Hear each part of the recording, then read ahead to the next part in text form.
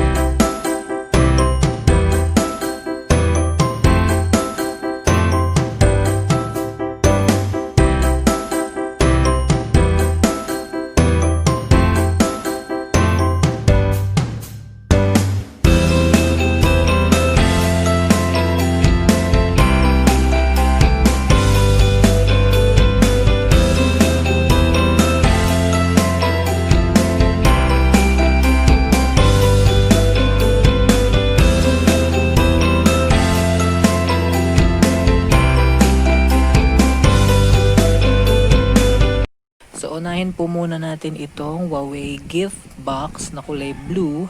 Actually, ito yung freebie kung kayo ay nag-pre-order sa kanya noong June, yung ating Huawei MatePad T 8 inches. So, actually, ang kasama dapat talaga na freebie sa aking Huawei MatePad T 8 inches is yung speaker, yung flip cover, at yung VIP na premium subscription nung ating Huawei MatePad T 8 inches. Pero upon receiving the Huawei gift box, so ang binigay nila sa akin, siguro kasi naubusan na, is yung speaker. So present naman yung ating speaker, which is good, malaki siya. Okay, at alam ko mahal to eh. At meron tayong magandang quality ng USB Type-C cable. So ayan siya. And yung ating ring holder. Yan, na idinidikit dun sa likod ng ating smartphone, ng ating tablet. Okay, so ayan po yung freebies na nakuha ko. You can check it on Shopee. So may mga ibang feedbacks doon. Yung iba nakita ko nakakuha sila talaga ng flip cover, pero okay lang din sa akin kasi bumawi naman sila dito sa gift box natin, and especially yung speaker. Now, punta na po tayo dito sa ating Huawei MatePad T 8 inches. So, as you can see, ito yung bagong release ni Huawei dito sa Philippines na budget entry-level tablet sa Pilipinas na merong 32GB internal. Tapos, bago na rin yung kanyang software, MUI 10 under the Android 10. And as you can see, meron kayo mababasa dito na explore it on app gallery kasi nga wala na siyang Google Play Store. So, nabili ko pala siya sa official store ng Huawei sa Shopee for 5,569 pesos using voucher and coins. Pero ang official price niya is 5,990 pesos or almost 6,000 pesos. So sa box makikita nyo yung name at logo ng brand na merong explore it on app gallery. Yung kanyang size is 8 inches and yung appearance nung mismong tablet. So sa likod makikita natin yung quick specs, Huawei MatePad T 8 inches, octa-core chipset, MediaTek, more than 80% screen to body ratio, 5,000 milliamp hours battery. It runs on MIUI 10 under Android 10 version. So bagong siya. And yung color na meron tayo guys is yung deep sea blue na mayroong 32 GB of internal storage and 2 GB of RAM. So yun lang yung release at tanging available na variant na meron dito sa Philippines. So out of the box makikita natin yung unit itself na nakabalot pa ng plastic. Ang ating power brick o charger. Pero guys take note, hindi po siya fast charger. And 5,100 mAh ang battery ng ating tablet. So expect nyo na medyo mabagal siyang mag-charge. Makikita rin natin sa likod ng malaking box sa loob yung ating pin ejector. Sa loob din ng malaking box yung ating micro USB cable. At ang ating paperworks gaya ng warranty card at yung ating quick start guide in different languages.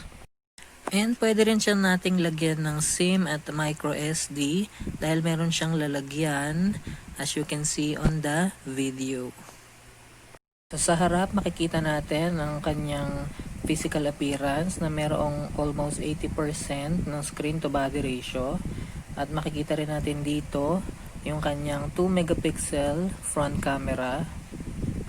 Sa gilid makikita natin ang volume rockers at ang kanyang microphone. Sa left side nandoon po ang kanyang SIM tray and card slot. Sa taas nandoon ang kanyang 3.5mm audio port at speakers. At sa baba ang kanyang micro USB port. At sa likod makikita natin ang kanyang 5 megapixel rear camera at yung logo ni Huawei na mayroong NTC and EMEI number. At as you can see, mapapansin natin yung kanyang gitna is made of aluminum or metal at yung taas at baba is made of plastic. So yung body niya po ay made of plastic frame. So ayan. So out of the box, meron po tayong nagamit na 7.81 gig, use of 32 gig, and yung remaining niya is meron pa rin tayong natitirang 24.19 gig doon sa ating 32 gig of internal storage ng ating Huawei MatePad T8 inches. Para naman sa kanyang notification panel and features, so makikita natin meron siyang hotspot. Meron din siyang screenshot, yung eye comfort o yung blue light filter. Supported niya na rin po ang screen recorder. At meron siyang Huawei Share na bagong feature ni Huawei sa kanyang mga smartphones, tablets, and laptops kung saan pwede tayong mag-share ng mga files natin ng mas mabilis. At syempre supported din yung kanyang dark mode guide dahil nga Android 10 na siya with the latest software on MIUI 10. Meron din po tayong phone clone kung saan mula dun sa luma yung smartphone o tablet, pwede nyo ilipat yung mga files, yung mga apps ng mas mabilis. Meron din po tayong system navigation. So pwede kayong mamili kung gusto nyo ng gesture o yung kung 3-key navigation na very common. Pero ako mas gusto ko yung gestures. Meron din po tayong digital balance. So, pwede nyo itong gamitin kung para halimbawa sa mga kids nyo, sa mga anak nyo, yung manage your child's screen time, kung baka pwede yung ilimit yung paggamit nila ng tablet. At syempre, isa nga po sa mga design or build nitong ating Huawei MatePad T 8 inches is yung kids corner niya. So dito sa kids corner makokontrol ni parent yung paggamit ng tablet ng ating mga kids. So pwede nyo ilimit kung ano lang yung pwede nilang gamitin na application, kung ano lang yung pwedeng gawin nila. Of course, pwede rin kayong mag-limit kung hanggang anong oras nyo lang siya pwedeng paggamitin ito. At syempre, kayo lang yung makakapagbukas at makakapag-alis nito sa kids corner kasi may password to. So sa ating security, so meron tayong 4-digit PIN, meron tayong custom PIN or yung password, pattern, password, at syempre yung ating face unlock. Para naman po sa kanyang face unlock feature,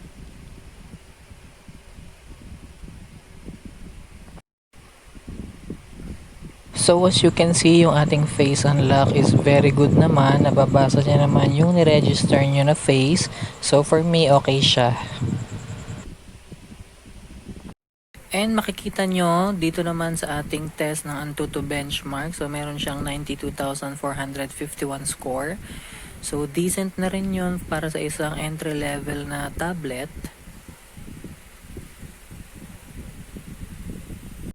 So this is our speaker test naman po. So wala siyang stereo speakers, wala din siyang Dolby Atmos, pero meron siyang Huawei Hisense.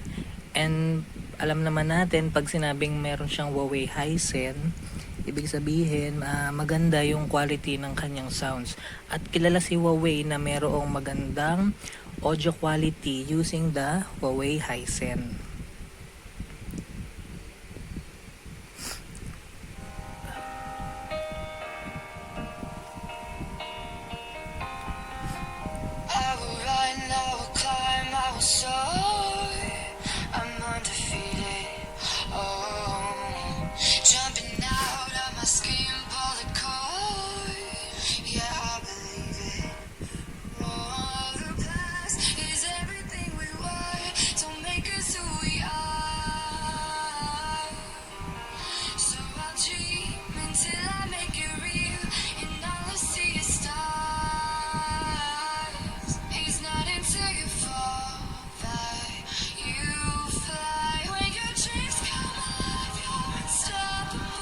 Also tested yung kanyang camera samples and yung mga video. So as you can see on the photos and videos, hindi naman ganun kaganda yung kanyang mga pinoproduce na photos and as well as video.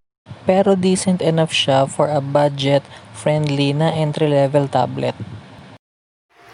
Video sample of the Huawei MatePad T 8 inches 1080p at 30 frames per second. Video sample of the Huawei MatePad T 8 inches. It can shoot up to 720p at 30 frames per second.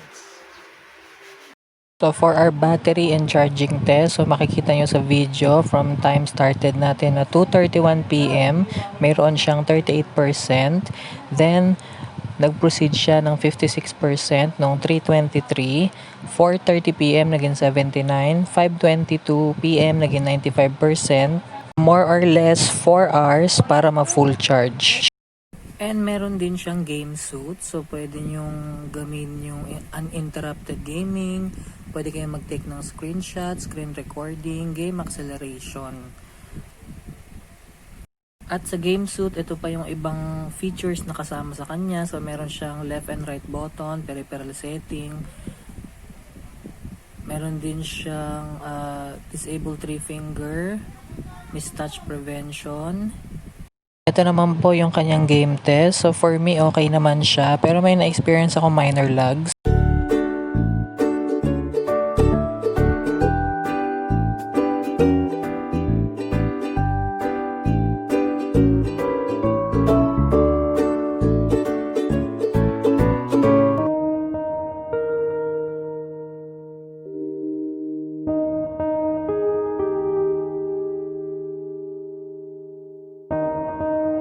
Ito naman yung kanyang settings sa ML. Kaya niya yung high frame rate mode at meron din siyang high graphics.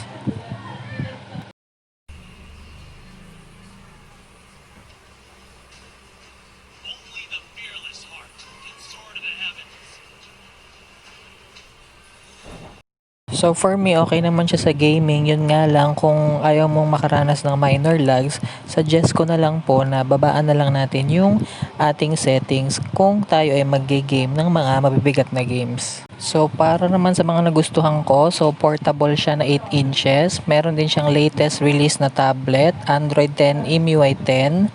Bigger na rin yung storage niya na 32 gig. Meron din siyang massive na 5,000 mAh na battery. Decent yung camera and yung performance niya for the processor.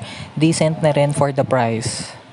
Yung mga hindi ko naman nagustuhan sa kanya is hindi siya fast charging, wala siyang Google Play Store and Google Services, hindi siya Type-C, meron siyang minor lag sa multitasking. And that's it for today's video ng ating unboxing and full review ng ating Huawei MatePad T 8 inches. So please like, subscribe, and share this video.